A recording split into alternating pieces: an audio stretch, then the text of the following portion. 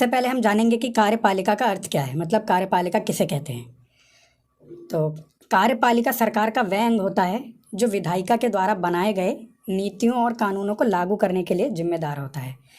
आपको जैसे मैंने विधायिका के बारे में बताया था कि वो कानून बनाने का काम करते हैं। अब कार्यपालिका वह अंग होता है जब विधायिका कानून बना देती है तो उसको आम नागरिकों में लागू करना या किसी भी देश या राज्य में लागू करने का काम जो होता है वो कार्यपालिका का होता है। चलिए आगे चलते हैं और इसके प्रकारों के बारे में जानते हैं।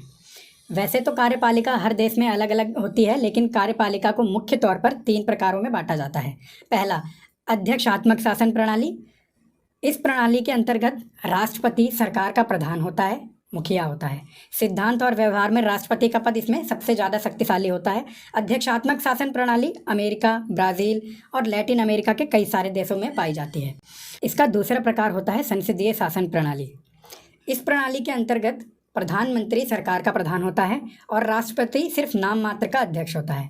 सारी की सारी शक्तियों का इस्तेमाल प्रधानमंत्री और मंत्रिपरिषद के द्वारा ही किया जाता है। संसदीय शासन प्रणाली इंग्लैंड, भारत, जर्मनी, जापान और बहुत सारे देशों में पाई जाती है, जहां राष्ट्रपति नाम मात्र का होता है और सारी शक्तियां प्रधानमंत्री और मंत्रिपरिषद के हाथ में होती हैं।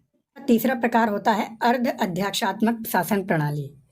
इस प्रणाली के अंतर्गत प्रधानमंत्री और राष्ट्रपति दोनों ही शक्तिशाली होते हैं।